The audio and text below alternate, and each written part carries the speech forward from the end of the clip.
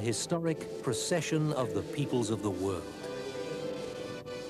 In villages scattered across the entire face of the planet, there are now tens of thousands of other William Pandawas, world citizens all, brothers and sisters, partners in the great transformation of human society to one universal family.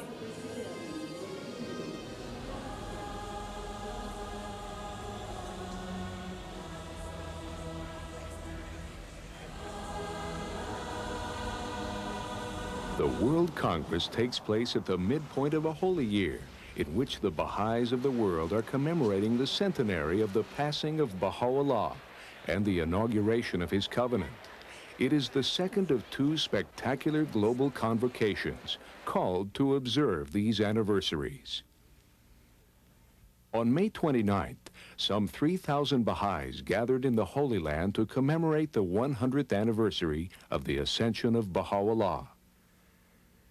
In his covenant and testament, Baha'u'llah made the unique provisions that have preserved the unity of the Baha'i faith intact and undivided as it spread all over the world, a community encompassing all the diversity of the human race, eliminating the causes of religious strife and fanaticism, completely unified on a global scale, a movement unrivaled in its potentialities for the peaceful unification of all mankind.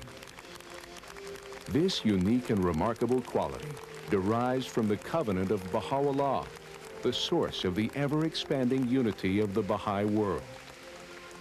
From the early days of this century, the city of New York played an important role in this process. It is known to Baha'is as the City of the Covenant. The covenant actually is a rather simple concept. It is an agreement, a treaty that a prophet of God concludes with his followers. He makes to them certain promises and in return expects them to act in certain ways and follow his commandments. In this specific case, in the Baha'i case, the covenant of Baha'u'llah is about authority and interpretation within the Baha'i community. Authority has always been a problem with religions after the passing of the founder. In Christianity, there was no definitely designated successor. The Roman Catholic Church accepts St. Peter as its leader on the basis of a brief and vague statement. In Islam, of course, there was a dispute between factions immediately upon the passing of Muhammad as to who was going to be the leader of the community. And this led to factionalism, to sectarianism, to the breakup of community, even to religious wars. Baha'u'llah wanted to prevent such an occurrence, and therefore he entered into a covenant with his followers to the effect that his eldest son, Abdu'l-Bahá, would be the leader appointed by Baha'u'llah himself, a leader who would exercise authority over the community of the faithful and who would have the unique right to interpret the teachings of his father. That, in essence, is the meaning of the covenant. Participants of the Baha'i World Congress were invited to a special tribute created to pay homage to the center of Baha'u'llah's covenant, his son and appointed successor, Abdu'l-Bahá. A magnificent theme pavilion was constructed, filling no less than 5 complete ballrooms at the New York Hilton Hotel. It was designed to give participants a time capsule look back to Abdu'l-Bahā's unparalleled trip to the United States in 1912. Each of the 5 rooms contained unique images and events of that historic visit. It was accordingly titled Abdu'l-Bahá, His Mission to America. The exhibit was open to a group of over 100 dignitaries, civic and religious leaders from the Jewish, Christian, and Islamic faiths, as well as reporters from around the world. These honored guests were given a guided tour by the hand of the cause of God, Abdu'l-Bahá Ruhiyya Khanum. Her personal commentary helped give perspective to the World Congress and Abdu'l-Bahá's visit to the city of New York. In the final room, a recording of the voice of Abdu'l-Bahá could be heard chanting a prayer, while the master's fez was displayed with the utmost dignity and honor. Behold a candle, how it gives its light. It weeps its life away, drop by drop, to give its flame. You must die to the world, and so be born again, and enter to the kingdom of heaven. Look at me, follow me, be as I am.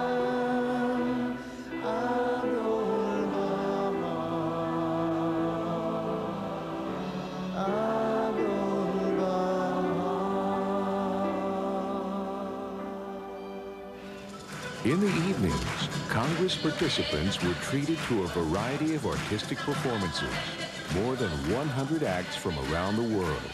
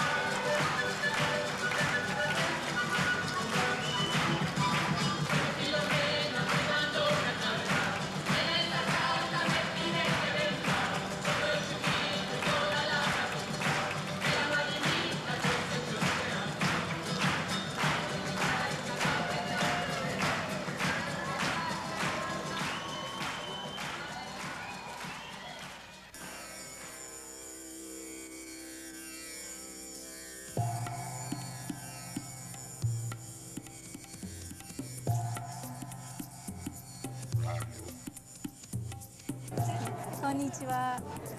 私は日本からインドに今行っています。Nous sommes tous de la Réunion et nous sommes tous une grande famille. E vi salutiamo tutti da New York. Asango Banya, un consunto me colo, ayole y ale Bahá'u'lláh.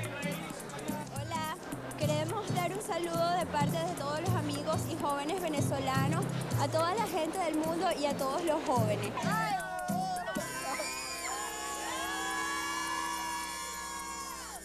We have 5,000 youth here from 160 countries, and I've never seen so many excited youth in my life. Out of 30,000 people, these 5,000 youth are carrying the excitement at a level that you wouldn't believe. Being a Baha'i youth now, it's scary, it's exciting, because as Baha'i youth now, we're like the last ones who are going to be able to tell someone for the first time about the Baha'i faith. Seeing all the youths of the world holding hands together and celebrating the oneness of humanity, celebrating the one universal family, the one Baha'i family, I think this is very, very, very, very important to me. And this has really affected me. It has entered right inside my heart. All here, everybody's in love with Baha'u'llah, in love with God. We're all joined as one thing. One common cause. That's the main thing. That's weird that everybody has one frame of thought. Well, not one frame of thought, actually, but it's like everybody's on the same positive level. I got here and in the first day I was here, all these people were here from different countries, different states, and automatically we had something in common. That was being that we were all Baha'is. That was automatically we had something to talk about. That was Baha'u'llah and the covenant. It just made me realize that there are all these people all working for the same thing, and I'm not alone. And like I see all the youth here doing the same thing that I'm trying to do, and it just like gives me a big boost. When I leave, I know that everyone is going to know about the Baha'i faith, and I'm not going to be able to go back and joke around and just be, you know, a slack Baha'i, just a lip Baha'i, and just talk it. I have to act it now. To me, when I say act it, I have to be able to exemplify every day the virtues of Baha'u'llah, the principles that he has given me. I have to be able to go and actually, truly, genuinely show to my sisters and brothers that I believe in the elimination of prejudices, that I don't believe in discriminating. I have to act it now. I can't just say it. Youth have been heroic in the faith, and they are heroic in the faith. The Bab himself, the herald of the faith, was young, a youth, and was martyred for what he taught. So when one looks at the whole history of the Baha'i faith, one sees really a history of youth. Youth not just chronologically, but certainly youth in spirit.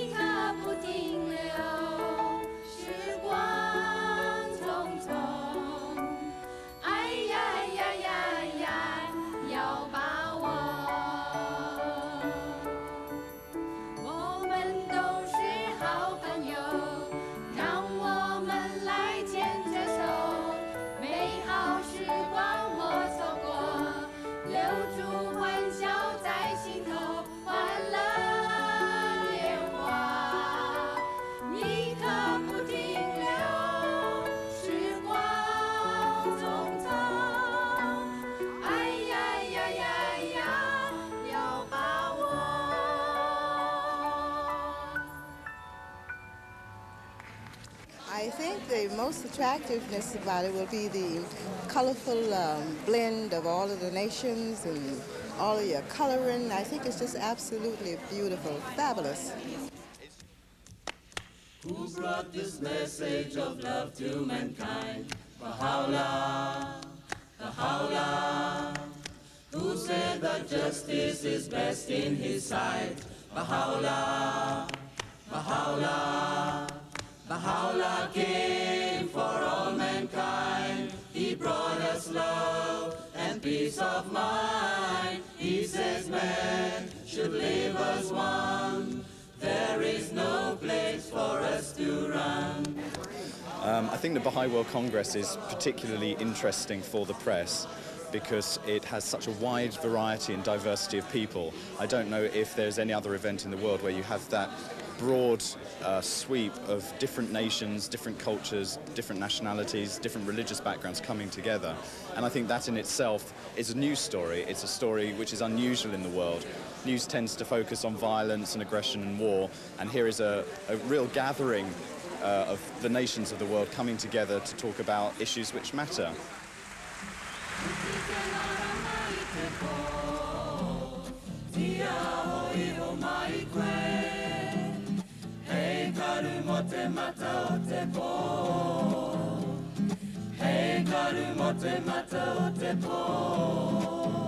You have here representatives of the Azeri Baha'i and the Armenian Baha'i. As you know, the Azeris and the Armenians are fighting each other in a very protracted, bloody war that claimed many thousands of lives. And the fact that your religion somehow managed to bring them together here, well, it's it says, it testifies that, well, at least some kind of rational harmony and national harmony can be brought.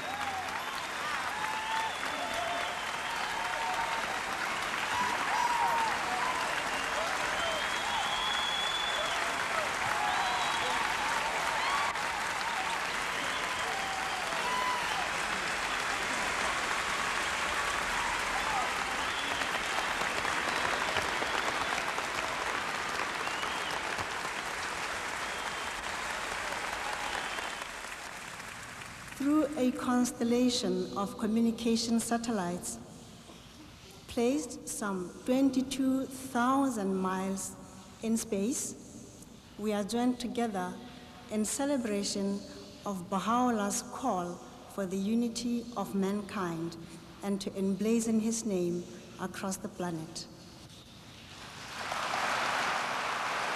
Apia, Western Samoa, are you there? We are here. Buenos Aires, Argentina, welcome to our Cycle of Unity. Bucharest, Romania, are you there?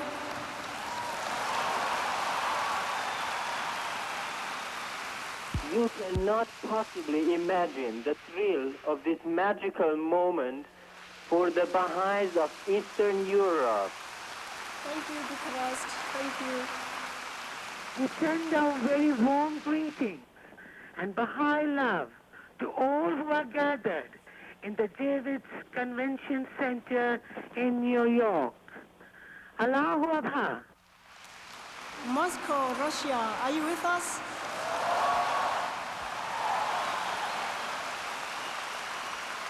Jambo from Kenya. Panama, welcome to this Feast of Unity. Singapore, are you there? We shall now welcome the final live location link up. Hello, Australia. 2,500 Baha'is are gathered from many nations of the Pacific region. That vast area of the globe, as Shoghi Effendi described it, endowed with unimaginable potentialities. Allah, pa friends.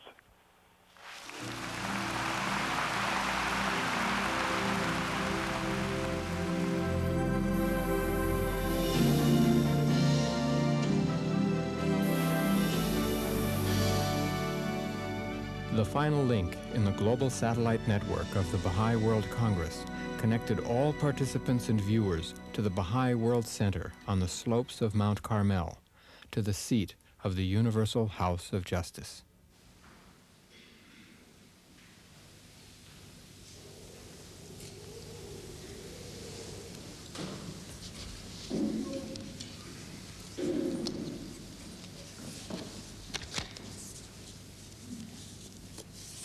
A full century has gone by since the Covenant of Baha'u'llah was established and set in motion.